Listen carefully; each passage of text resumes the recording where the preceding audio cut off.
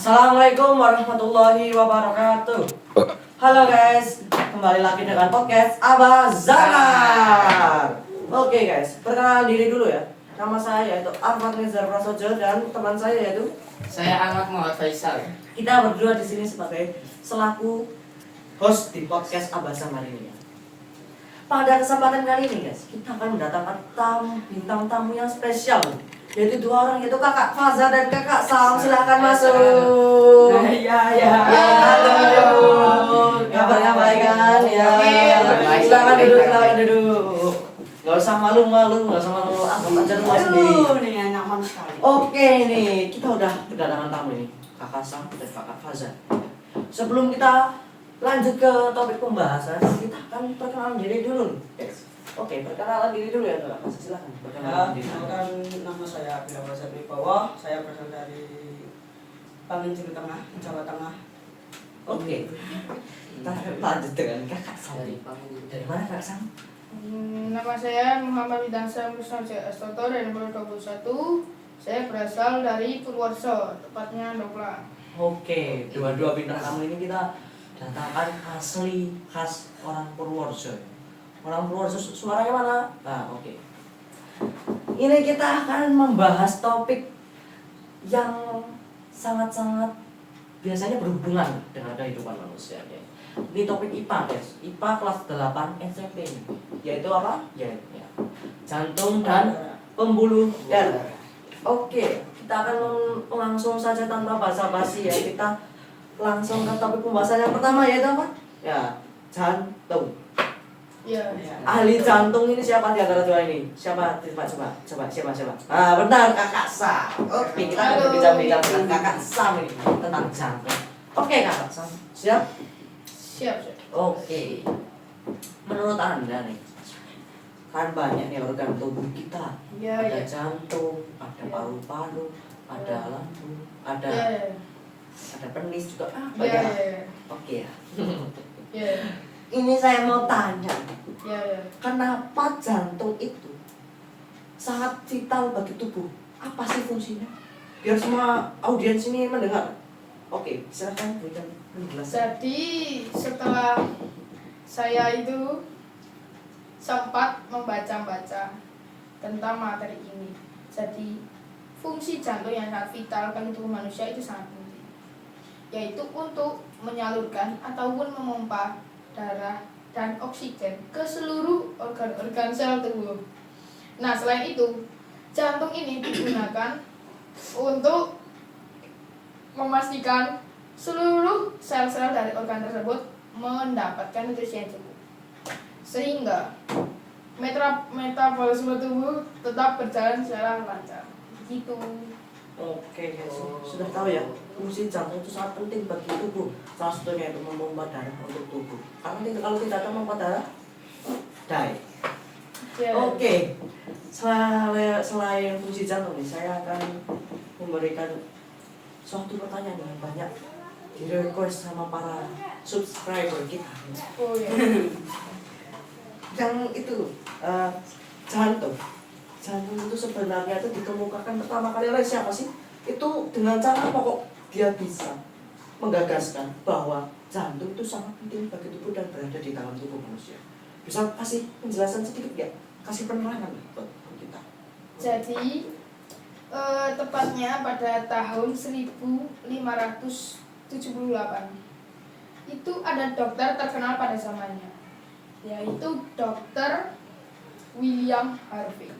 Dia adalah orang pertama yang menemukan istilah nama jantung. Dia dapat menemukan ini karena teori ini didukung dengan fakta yang sangat pasti, yaitu dia menjelaskan bahwa manusia itu tidak dapat hidup tanpa jantung itu sendiri. Jadi dia sudah mengetahui secara lebih bagaimana pengertian tentang jantung-jantung tersebut. Itu. Oke, jadi yang ini sudah dituntaskan ya, bahwa yang menemukan pertama kali jantung yaitu Dr. William Harvey. Iya, tepat. Pada tahun 1578 kan? Iya. Nah, sudah sangat lama itu guys, 600 tahun lalu malah. Yang itu kehebatan orang-orang dulu ya. Bahkan orang-orang dulu katanya lebih pintar dari orang-orang. Orang-orang sekarang malah pada ya begitu. Iya, begitu ya. Oke, Lanjut ya Kak Sam. Oke, lanjut. Tadi kita sudah membahas fungsi, sudah membahas penemu ya. Ya, Sekarang nih, sebenarnya kan di dalam tubuh kita tuh terdapat banyak organ nih, seperti ada kerongkongan, mulai dari Ya. kerongkongan, hati, jantung, paru-paru, lambung, ya. hingga anus ya. Sebenarnya secara spesifik itu letak jantung itu berada di mana sih? Biar kita jelas. Oh, sini jantung, ada yang berpendapat seperti itu.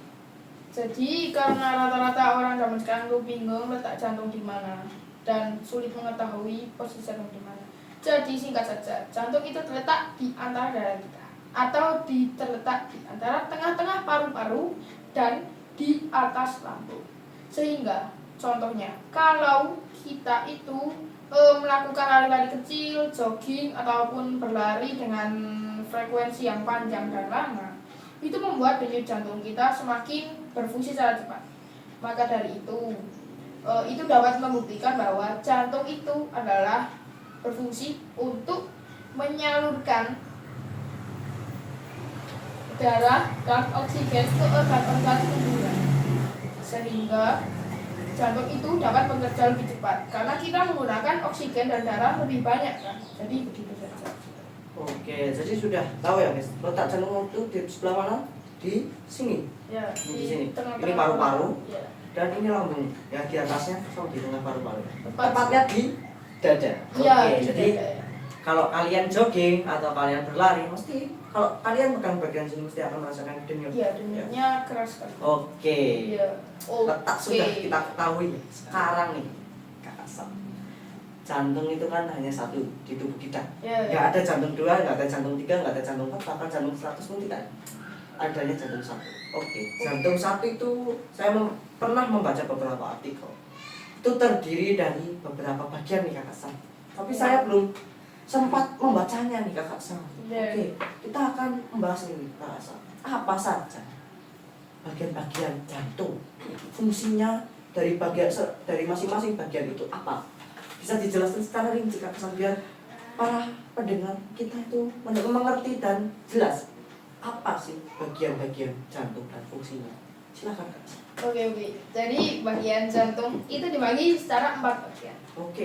4 bagian, saya akan menjelaskan secara fungsinya ya. Jadi kita sebutkan dulu 4 jenis bagian tersebut.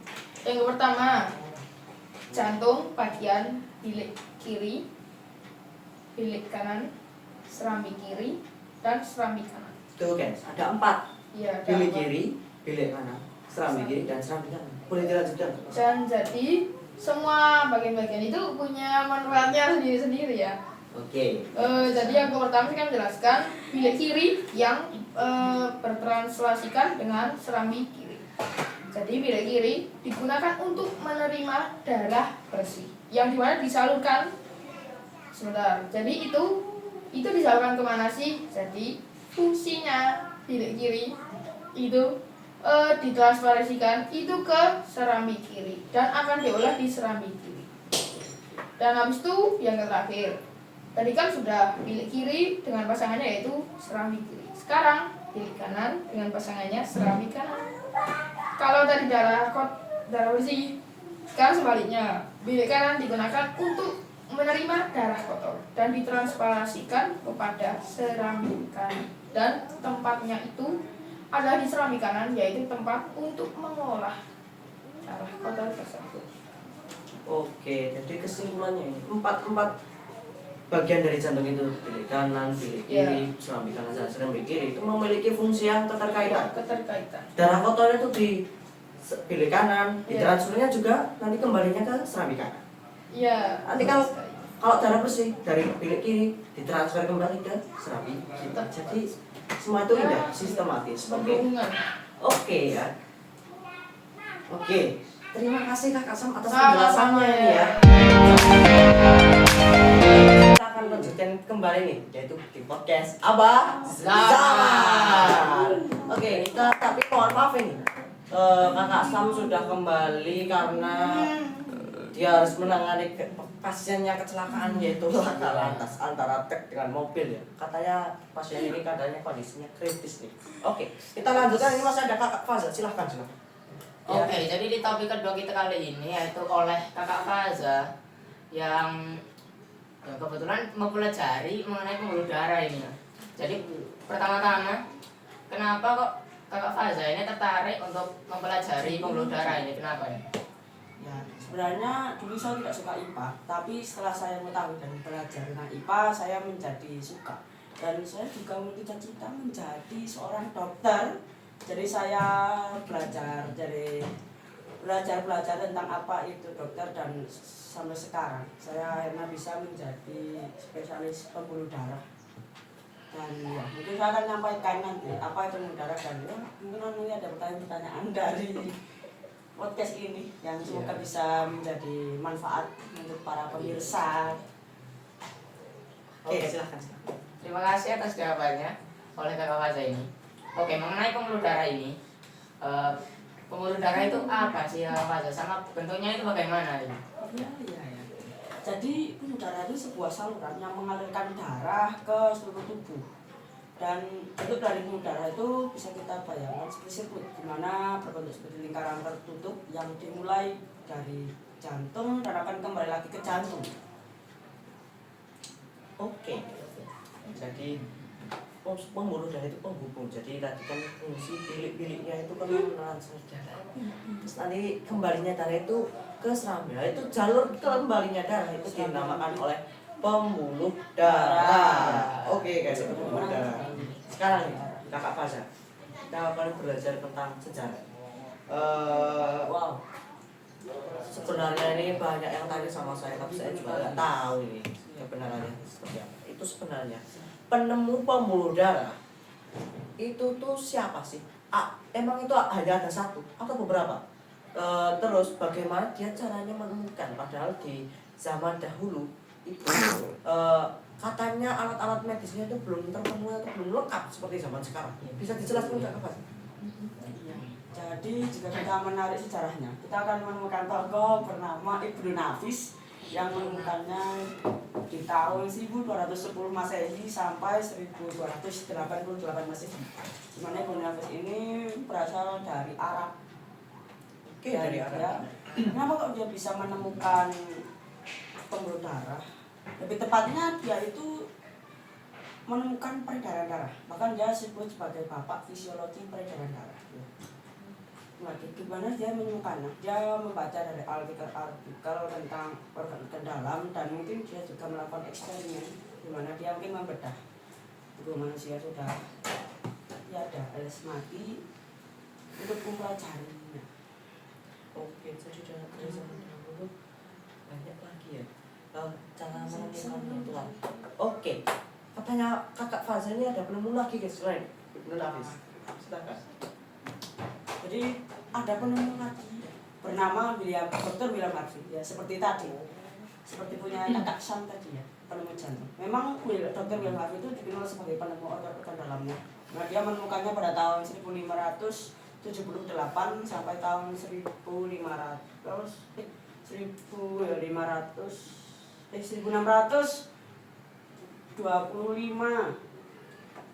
Oke. 1625. Lanjut silakan. Ya, jadi William Harvey itu memang dikenal sebagai orang yang suka melakukan eksperimen tentang organ dalam, dan dia juga dikenal sebagai dengan eksperimentalnya. Jadi dia bisa tahu banyak tentang organ-organ dalam, dan seperti tadi jantung, istilah jantung dan juga pembuluh darah.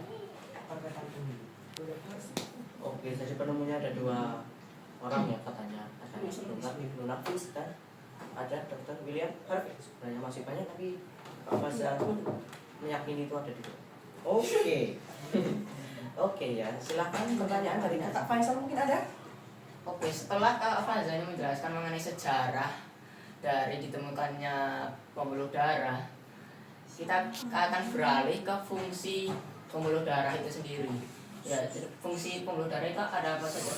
Jadi fungsi pembuluh darah, tadi kita sudah menyebutkan salah satu fungsinya yaitu mengalirkan darah ke tubuh, tapi juga mengalirkan oksigen dan membuang produk limbah dari tubuh kita. Oke, jadi fungsinya yaitu membuang limbah dari tubuh kita, misalnya karbon dioksida, CO2 silakan istilahnya. Nanti kan Oke, lanjut ini.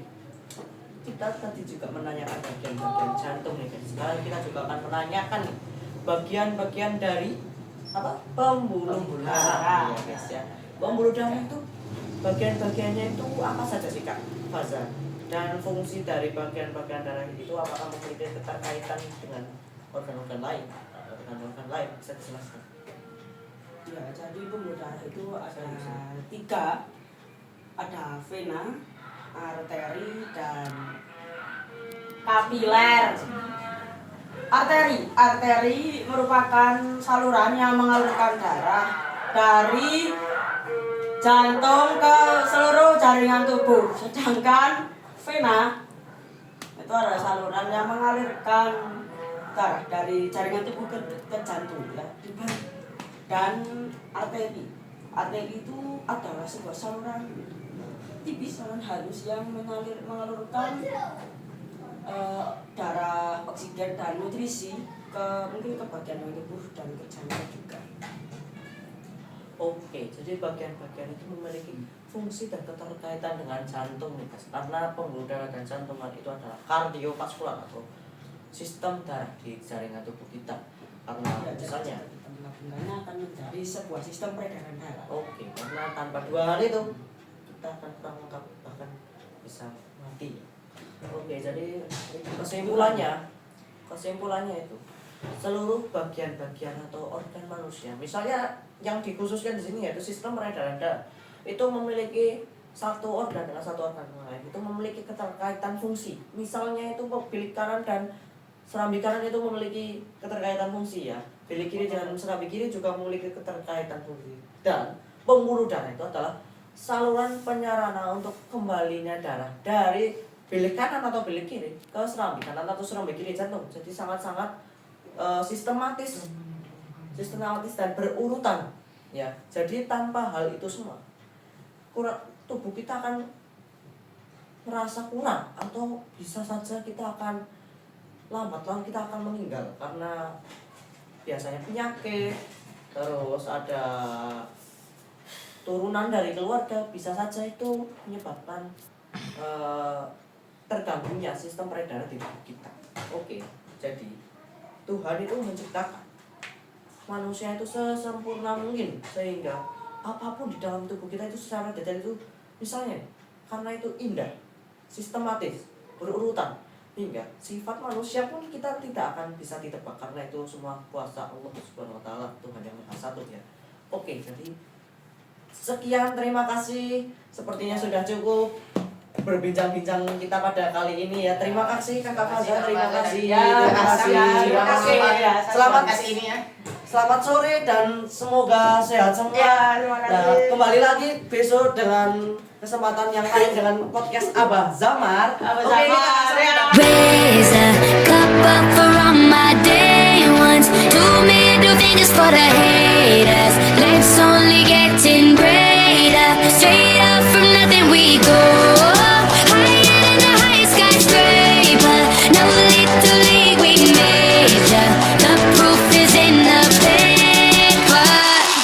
We put the good in the good in the good life. We put the good in the good in the good life. We put the bad in the past, now we alright. Hey Lonnie, I got you. Yeah, and it's a feeling that I can't explain. How you make it in your team still stay the same. Stay down from the jump and they never change. Man, it's a moment I could never trade. Yeah, I told my moms not to stress no more. Go hit the Bentley store and no credit card debts no more.